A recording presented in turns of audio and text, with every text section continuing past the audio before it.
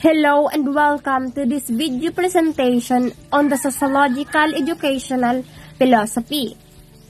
Education is a fundamental aspect of human life and has been an integral part of society for centuries. The Sociological Educational Philosophy is an approach to education that focuses on the relationship between education and society. It is based on the belief that education is not just about acquiring knowledge and skills, but also about socialization, cultural transmission, and social mobility. The Sociological Educational Philosophy is rooted in the works of sociologists such as Emily Durkheim, Max Weber, and Karl Marx. These thinkers believe that education is a social institution that reflects the values and beliefs of a society. They also believe that education plays a crucial role in maintaining social order and promoting social change. The Sociological Educational Philosophy emphasizes the importance of understanding the social context in which education takes place.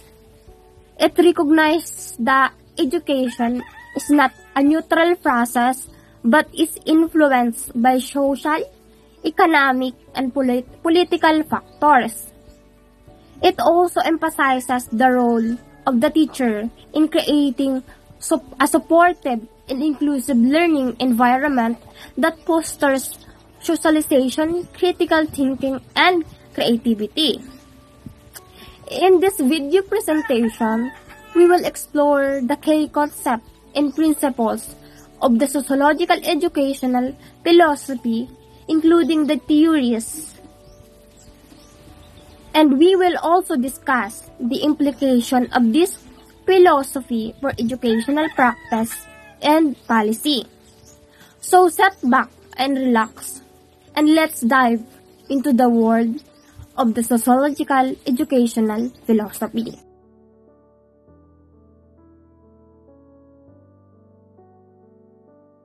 Consensus and conflict theory. Number 1. Consensus theory and conflict theory are two sociological perspectives that offer different views of society and its functioning. Consensus theory emphasizes the idea that society is held together by a shared set of values, norms, and beliefs. According to this perspective, social order is maintained through the consensus or agreement among individuals and groups on what is considered appropriate behavior. Consensus theories focus on the functional aspect of society, emphasizing how different parts of the social system work together to promote social stability and order. In order, they argue that social change occurs gradually and is a result of the adoption of social institutions to changing circumstances. Consensus and conflict theory ay dalawang uri ng sociological perspective na nag-o-offer kang different views kang society and kung paano ito nag-function. And also, consensus theory nag-i-emphasize sa idea kung paano ang society nabubuo sa pamamagitan ng shared set of values and pamamantayan, and also kung ano or paano ang paniniwala kang mga nasa part kang society. And according to this, social order ay nami-maintain through consensus or sa agreement kang kada saro. Tapos, ang consensus theories nagpo-focus sa pag-function kang aspect kang society.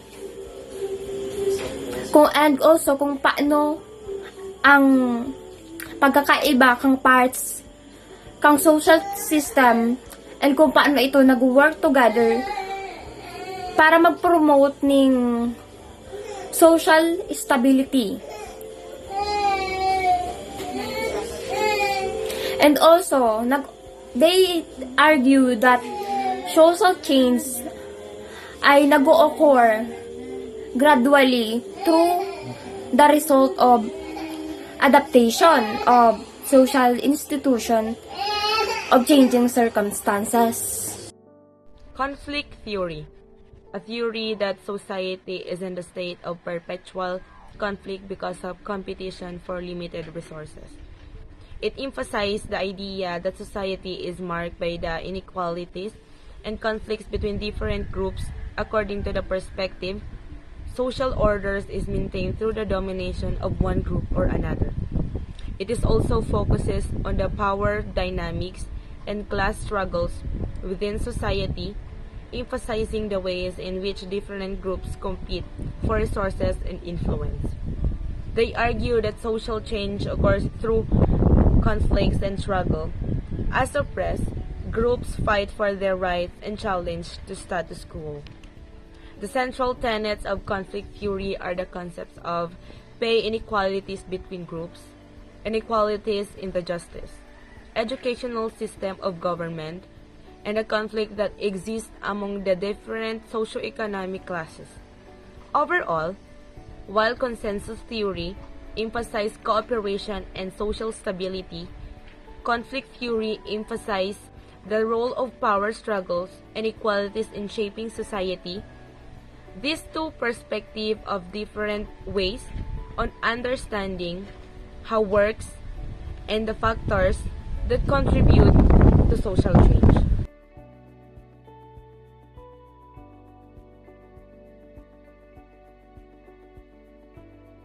Good day. My name is Christian Salva Diamante. The topic I will going to discuss is all about functionalisms. From the words functionalism, what comes first in your mind when you heard functionalism? Okay, from the words function or purpose. Functionalism is a sociological perspective that emphasizes the importance of social structures and institutions in maintaining social order and stability. According to functionalism, society is like a living organism with different parts working together to keep the whole system functioning properly. Functionalists believe that each part of society has a function or purpose. Tama nga naman. That tayo dito sa mundo ay mayroong function with the great purpose, and that these functions work together to maintain the stability and social system. They argue that social institutions such as the family education system and a political system play a crucial role in socializing individuals and ensuring a political system. They conform to the norms and values of society.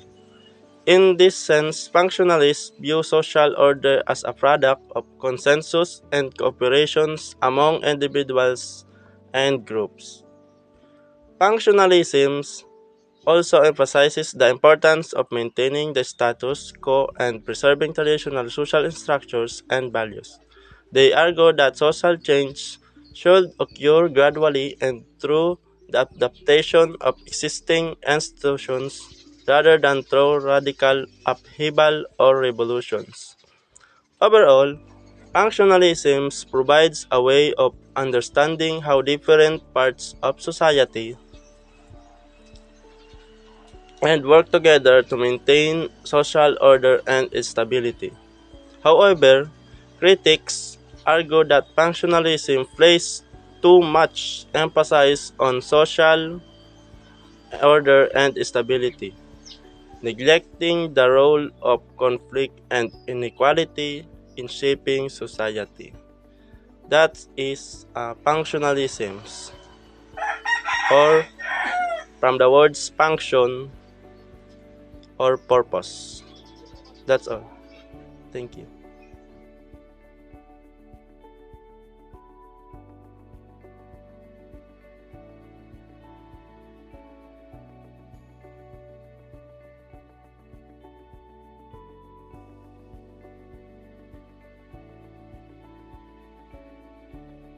Interactionist theories are a set of sociological perspectives that emphasize the importance of individuals' agency and interactions in shaping social reality. According to interactionist theorists, society is not simply a collection of institutions and structures, but is created and maintained through the daily interactions and negotiations of individuals. Interactionists argue that individuals actively construct the social reality through their interactions with others. They emphasize the importance of symbols and language in shaping how individuals perceive and interpret the world around them. For example, the meaning of the particular symbol or gestures can be vary depending on the context and individuals involved in the interaction. Interactionists argue that individuals actively construct their social reality through their interactions with others. They emphasize the importance of symbols and language in shaping how individuals perceive and interpret the world around them. For example, the meaning of a particular symbol or gestures can vary depending on the context and the individuals involved in the interaction. Interactionists also emphasize the importance of studying the micro-level interactions between individuals in order to understand larger social patterns and structures. They argue that social structures and institutions are not fixed or predetermined but are constantly being created and created through individual interactions. Interactionist theory is social theory that explains how individuals interact with each other and the environment around them. According to this theory, individuals are not passive recipients of their environment, but instead actively shape and are shaped by it through their interactions. In other words, the interactionist theory suggests that human behavior is the result of the complex interplay between individuals and their social context. This context can exclude factors such as social norms, cultural values, and interpersonal relationships. At its core, interactionist theory emphasizes that the importance of communication and social interaction in shaping human behavior. It suggests that individuals are constantly negotiating and adapting to their environment through their interactions with others. Overall, the interactionist theory provides a useful framework for understanding how individuals interact and influence the environment by examining the complex interplay between individuals and their social context. We can gain deeper understanding of the factors that shape human behavior. Certainly, as was I saying, the interactionist theory suggests that individuals are active agents who constantly negotiate and adapt to their environment through their interactions with others. This theory is often used to explain how individuals development their sense of self and identity. According to interactionist theory, our sense of self is not something that is predetermined or fixed, but rather something that is developed through our interactions with others. Our self-concept on our understanding of who we are is shaped by the feedback we receive from others, as well as the social rules and expectations that are imposed upon us. For example, if someone consistently receives positive feedback and reinforcement for being outgoing and sociable, they like to develop self-concept. On the other hand, if someone is consistently criticized or excluded for being shy and introvert, they may be developing self-concept on reflects these traits. The interactionist theory also suggests that individuals have agency or the ability to act independently and make choices that shape their own behavior. This means that individuals are not simply passive recipients of their environment but are active agents who can influence their own behavior and behavior of those around them. Overall, the interactionist theory provides a valuable framework for understanding how individuals interact with are influenced by their social context. By recognizing the complex interplay between individuals and the environment, we can gain a deeper understanding of human behavior and how it's shaped by social factors.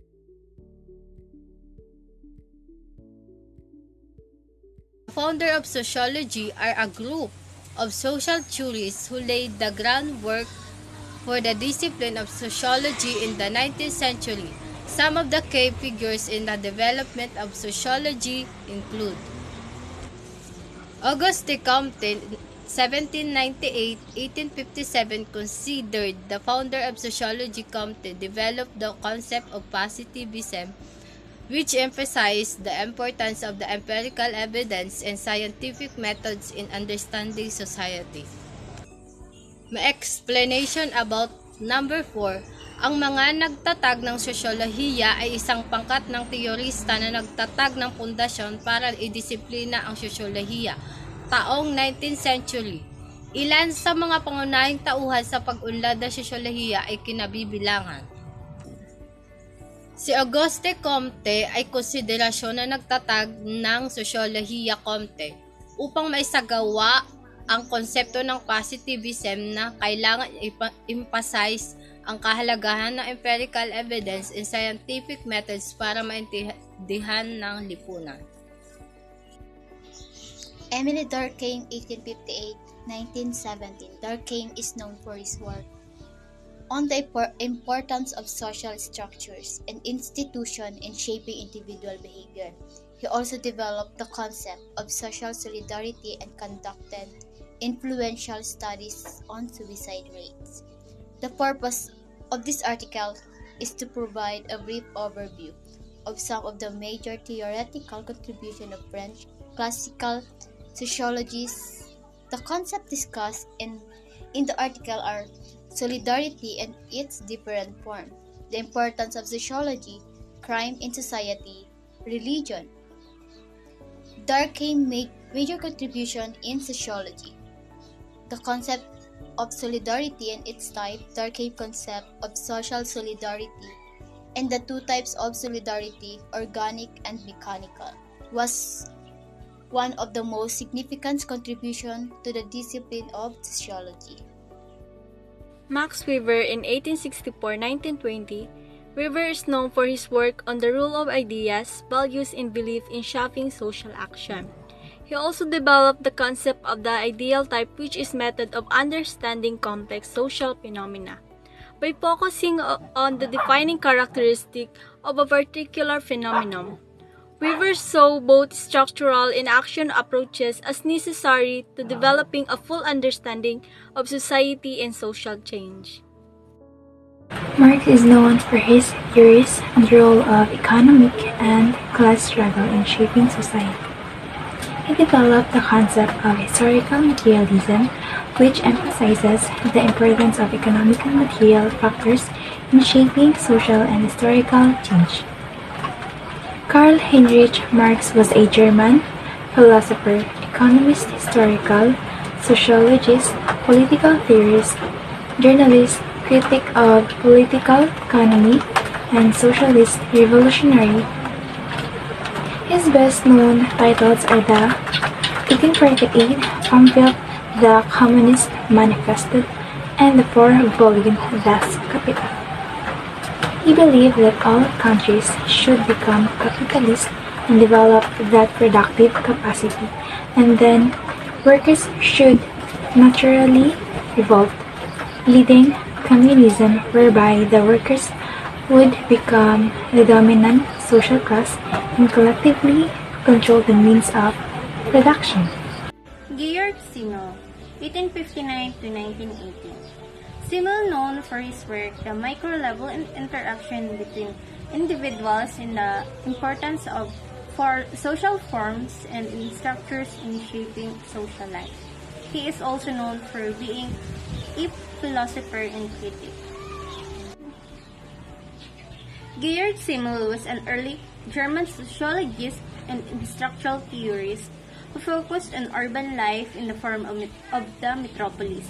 He was known for creating social theories that fostered an approach to the study of society that broke with the then accepted scientific methodology used to examine the natural world.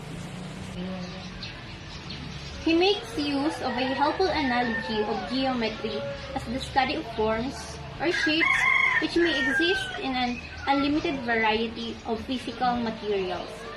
He believed people created value by making objects, then separating themselves from that object and then trying to overcome that distance.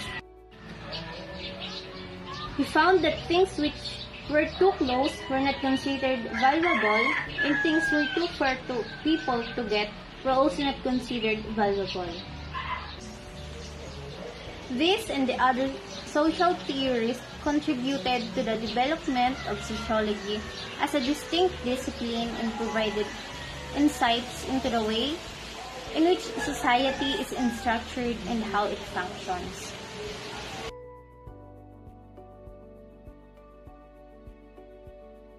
The social areas of sociology are a way of organizing the diverse field of sociology into broad categories. The 7 areas are the social organization, culture, deviance, and social psychology.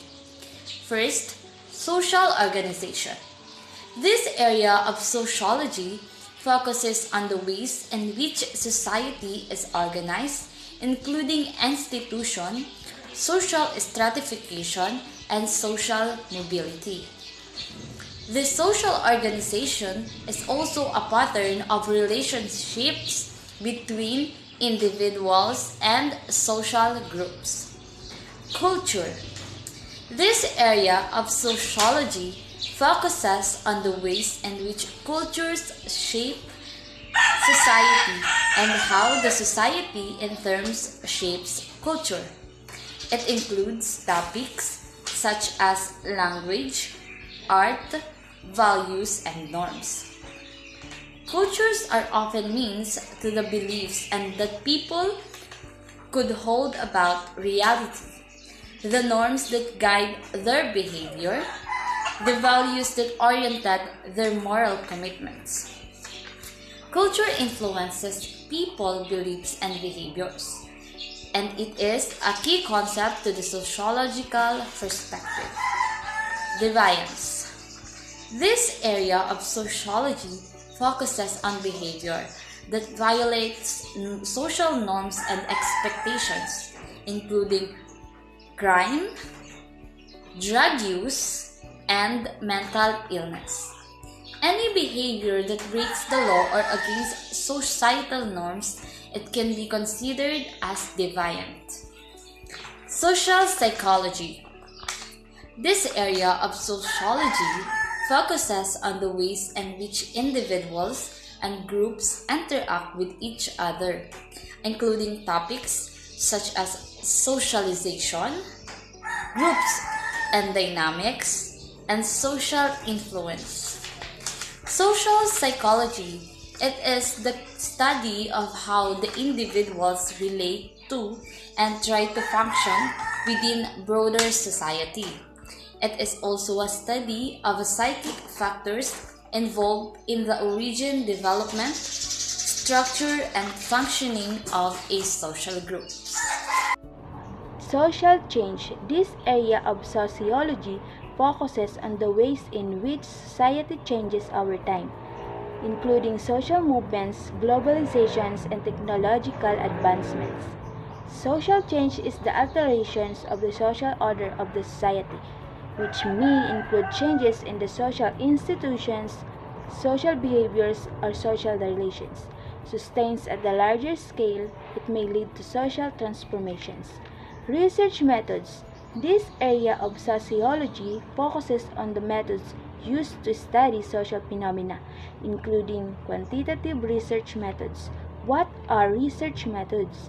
Research methods are the strategies, processes, or techniques utilized in the collection of data or evidence for analysis in order to uncover new information or create better understanding of a topic. Applied sociology.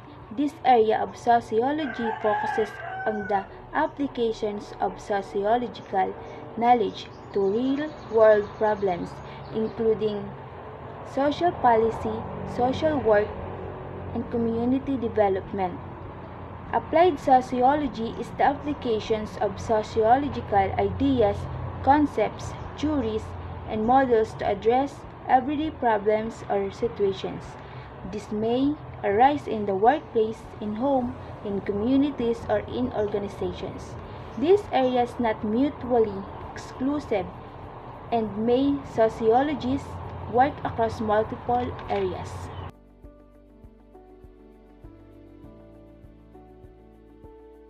There are many current issues and trends in society that are of interest to sociologists. Some of the most pressing and important issues is including po the social inequality.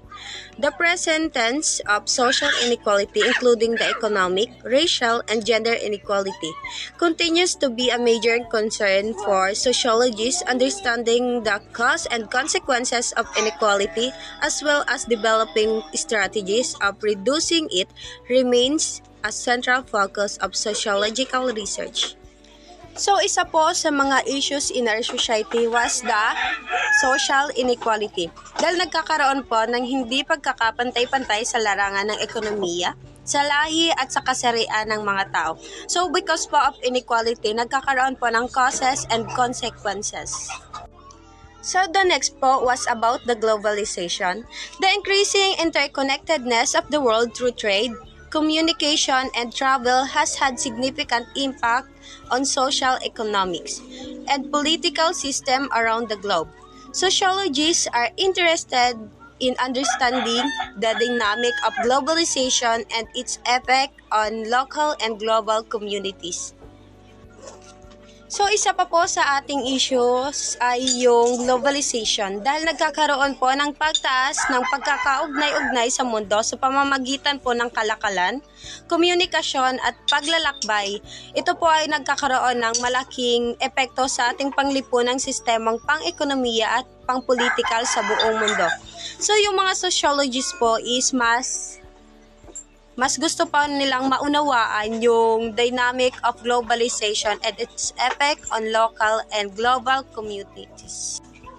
So, for example po, ng epekto ng globalization was the greater inequality, increased corruption, and also the degradation po of the environment. Technology and social media advances. In technology, the rise of social media have transformed the way that individuals interact with each other and with society, and sociologists are interested in understanding the social and cultural implication of this technology, including their effect on social relationship, privacy, and information sharing. Environmental sustainability. The impact of human activity on environmental and sustainability of natural resources has become a major concern for sociologists.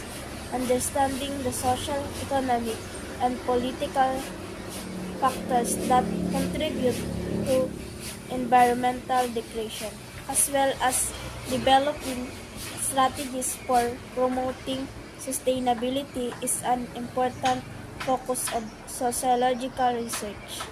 Aging and demographic change. The aging of population around the world and demographic shifts, such as changes in the family structure and the increasing diversity of societies, are important areas of study for sociologists. Understand the implication of these changes for social institution, social policy, and social relationship is a key focus of research in this area. So, aging of the population. A population is said to be aging in the proportion of people over the age of 65, increased due to change in the population age distribution. So the distribution of the population across all age groups is depicted by demographers using age or 6 pyramids. So aging of the population, ang mga istatistika na nagpapakilala sa mga populasyon at ang kanilang mga katangian ay kilala bilang demograpiko. Ang pag-aaral ng isang populasyon batay sa mga katangian tulad ng edad, lahi at kasarian ay kilala bilang isang demograpikong pagsusuri. So dahil sa kahalagahan nito, ang pag-aaral ng mga populasyon ay nasa ilalim ng isang saklaw ng isang populasyon batay sa mga katangian tulad ng edad, lahi at kasarian. At kilala din ito bilang demograpikong pagsusuri. In overall, sociologists are interested in understanding the compo and cultural dynamics of contemporary society and in identifying to address the pressing issues and challenges that face us today. So in general, sociologists are concerned in comprehending the complex, considering the social dynamics of today's society, as well as identifying to deal with the important problems and difficulties that we currently confront. Thank you for watching this video presentation on the Sociological Educational Philosophy. We hope that you have gained a better understanding of this approach to education and its relevance in today's society. As we have explored, the Sociological Educational Philosophy emphasizes the importance of understanding the social context in which education takes place and the role of education in promoting social change. It also recognizes the vital role of the teachers in creating a supportive and exclusive learning environment that fosters critical thinking and creativity. We encourage you to continue learning about this philosophy and its implication for educational practices and policy. Thank you again for watching, and we hope to see you in our next video presentation.